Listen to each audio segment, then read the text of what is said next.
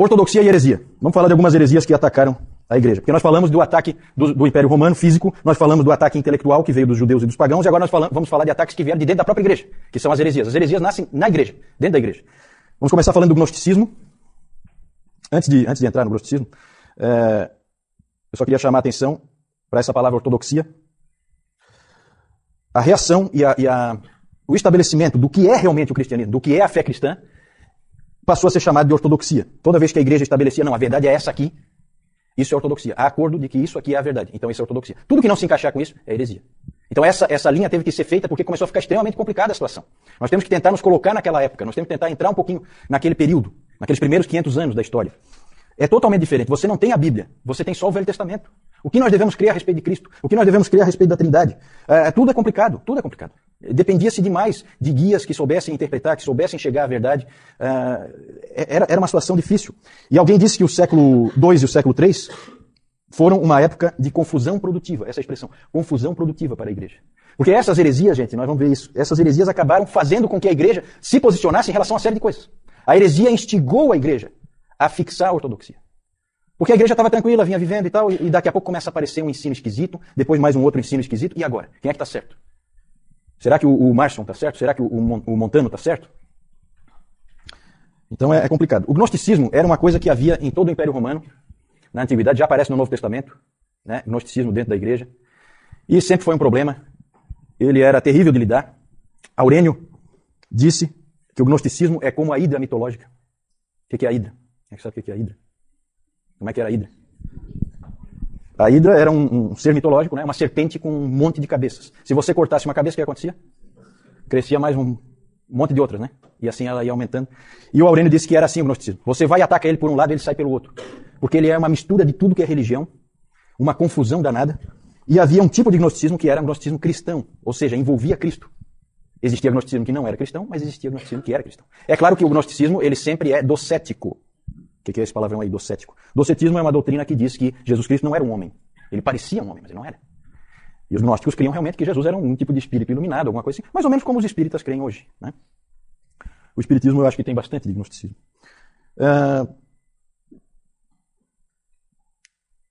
O gnosticismo ele era sofisticado, cheio de filosofia dentro dele, metido a científico, né, como o nosso espiritismo hoje também é, né, metido a científico, querendo dar uma impressão de que se trata de uma coisa científica, e com explicações bem elaboradas, e o número de pais da igreja envolvidos na luta contra o gnosticismo é uma coisa impressionante. O que teve que quase que se fazer um exército de homens para atacar o gnosticismo e conseguir eliminá-lo da igreja. Nós temos que ser gratos, sabe, a esse tipo de soldados que lutaram no passado, porque esse tipo de heresia podia ter destruído a fé cristã. E é claro que Deus está no controle, Deus é soberano e tal, mas ele usa homens. Ele usou homens. Vários tiveram que atacar o gnosticismo. Algumas ideias. O gnosticismo é muito complexo, não tem como a gente entrar em detalhes. Mas algumas ideias típicas do gnosticismo que sempre vão aparecer é, por exemplo, o dualismo. Existe um Deus bom e um Deus mau. O Deus mau, na versão cristã, o Deus mau é o que criou esse mundo, porque esse mundo é mau. Então foi o Deus mau que criou esse mundo. É o Deus do Velho Testamento. E o outro Deus é o Deus bom, que é o Pai. O Pai e Jeová são dois deuses diferentes dentro da visão gnóstica e que estão em constante conflito. A salvação, ela nada mais é do que escapar desse mundo material, porque a matéria é ruim, escapar do mundo material e conseguir ir para o mundo espiritual. Cada vez mais para o mundo espiritual. E onde é que entra Jesus nisso aí? Ele é um guia para te levar para esse mundo espiritual. A salvação dele é só nesse sentido, não tem nada a ver com cruz, nada, isso aí tudo está fora, tá? Dentro do gnosticismo. Então é uma heresia bem clara. E é interessante porque o gnosticismo ele apela muito, né? Porque havia todo tipo de esquema. Sabe, essas coisas assim que o ser humano gosta, certo? Existia um esquema lá que eram 365 níveis que você tinha que galgar de espiritualidade. Porque no gnosticismo você é salvo pelo conhecimento, e conhecimento espiritual. Então havia 365 níveis que você tinha que galgar, em cada um havia um senhor, esses níveis são chamados de éons, havia um senhor e uma palavra-chave que você tinha que usar para superar aquele senhor daquele nível, para você ir se libertando. Esse tipo de coisa apela, tá, para o ser humano. O ser humano gosta desse tipo de bobagem. Até videogame é assim, né? O pessoal do videogame não é assim, vários níveis, aí você tem lá uma palavra-chave que você entra, não sei o que, tá, você consegue ir para outro nível. É mais ou menos por aí. O David Calhoun, ele compara a luta dos gnósticos, nesses níveis, com o Star Wars do 2º século. Né? É mais ou menos isso. No gnosticismo, como eu já disse, a salvação é pelo conhecimento. Hoje nós temos aí a nova era, que é bem, né, um renascimento, um reavivamento do gnosticismo, com todas as suas facetas. Sempre vai ter várias formas. Ele nunca é uma coisa definida, clara, é sempre meio nebulosa. Naquela época, uma coisa muito interessante, que vai ser muito importante na história da igreja, é que os gnósticos começaram a escrever um monte. E começaram a dizer que quem escreveu foi o apóstolo tal, foi o apóstolo tal. Aí começaram a aparecer aquele monte de evangelhos. Um dos mais famosos é o evangelho de Tomé, que tem aquelas historinhas, né? De Jesus na infância, sabe aquela? Que daí ele ressuscitou o passarinho e não sei o quê. Tudo falso, tudo absolutamente falso, escrito por gnósticos. E no evangelho de Tomé a tentativa qual era? Colocar essas doutrinas falsas na boca de Jesus Cristo. Fazer com que ele tivesse dito aquilo. E a igreja teve que lutar contra esse tipo de coisa. Aí apareceu o evangelho de Tomé, o evangelho de Pedro, o evangelho de Judas, esse que acharam agora recentemente, como se fosse uma coisa assim fantástica. Todo mundo sabe desde o segundo século que tem um monte de evangelho circulando. Não tem nada de especial em ter aparecido, o evangelho de Judas. Todo mundo sabia que tinha esses evangelhos. Esse é só mais um. Todos eles falsos.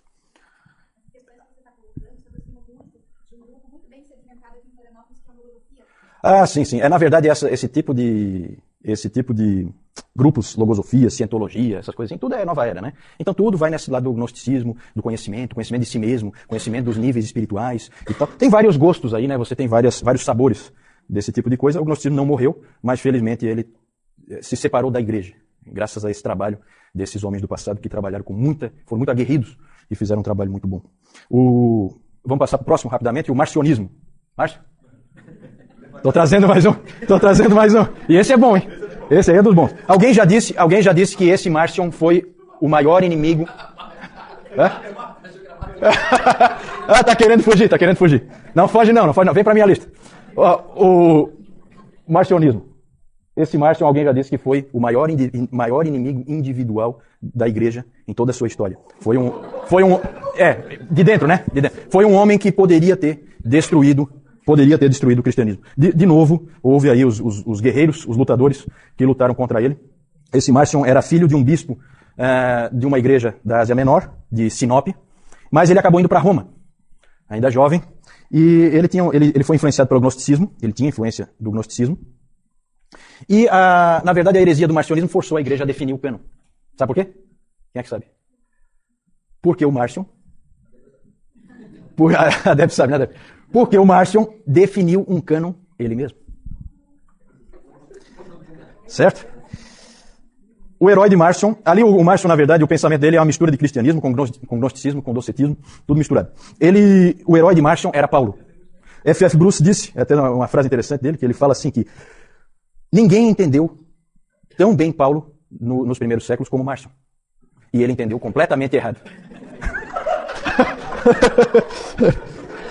É uma frase dúbia, né? Aí derruba. Não fui eu, foi o F.F. Bruce. O Marcion achava que o Deus do Velho Testamento criou este mundo, no estilo dos gnósticos, né? E o Deus do Velho Testamento criou esse mundo com insetos e com feras e com sexo, coisas que o Marcion não gostava. Tudo que era do corpo, para Marcion, a matéria era do mal e o corpo era a coisa mais odiosa já criada, né? O corpo humano.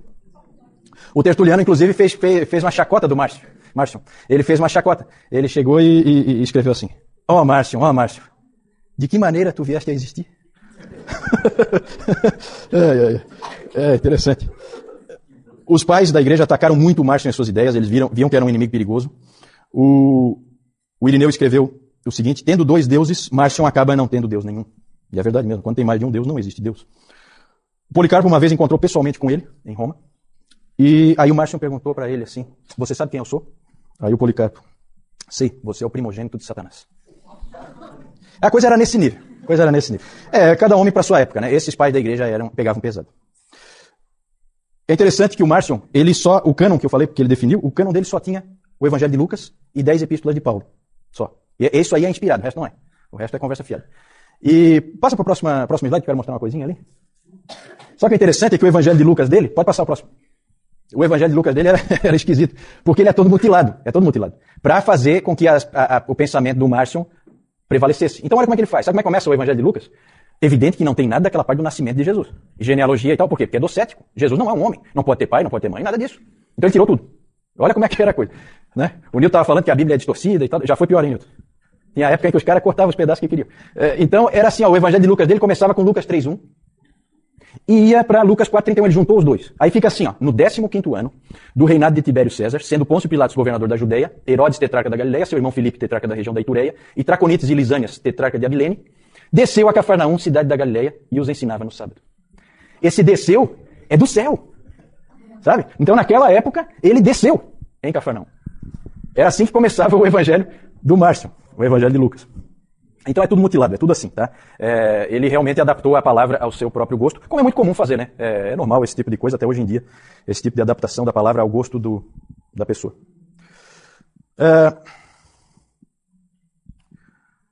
Podemos voltar ali? Volta mais um pouquinho? Isso, deixa só esse aí. Vamos falar do montanismo. O montanismo, os outros dois fica bem claro que eram heresias, não tinha muita dificuldade de definir como heresia. O montanismo é mais sutil, mais difícil de identificar. Foi considerado heresia, por fim, mas ele foi mais difícil assim de refutar. Ele é diferente dos outros dois. Montano era um bispo da região da Frígia. Ele, na metade do segundo século, na verdade assim, o Montano, o ensino dele era de uma ênfase no Espírito Santo e em dons miraculosos do Espírito Santo. Porque o que aconteceu na metade do segundo século? Metade do segundo século, vocês aqui? Quando é mais ou menos? Metade do segundo século? 150. Lá mais ou menos ali pelo ano 150. Muito bom. O que começou a acontecer? Todos os dons miraculosos começaram a desaparecer da igreja. Não havia mais profecias, não havia mais curas. Tudo começou a desaparecer, simplesmente desapareceu. Não acontecia mais. E diante dessa circunstância, você pode ter duas abordagens. A que a maioria seguiu, de que Deus descontinuou isso. Simplesmente não interessava mais fazer. Então Deus parou esse tipo de ação. Essa era a posição da maioria. Mas os montanistas não aceitaram isso. Eles alegaram que esses dons miraculosos tinham desaparecido por causa da apostasia da igreja, o mundanismo da igreja, a igreja não era suficientemente séria. Então eles disseram que não é verdade que tinha cessado tudo isso. Eles diziam que continuava, na verdade, toda a obra do Espírito e que Deus ainda falava. O Montano disse que Deus falava através de homens como falou através de Paulo. Da mesma forma. Especialmente através de um homem. Adivinha quem? Ele mesmo. Montano. Né? Então ele dizia que Deus continuava falando através dele e de algumas pessoas que eram do grupo dele, no caso duas mulheres, duas profetisas, Prisca e Maximila. Essas duas ele dizia também que recebiam revelações diretas da parte de Deus. Há inclusive registros de que uma vez Montano disse: eu sou o Deus onipotente habitando em um homem. Humilde, humilde. Não tem nenhum Montano aí não, né? Não. Humilde tem, né? Então tá bom.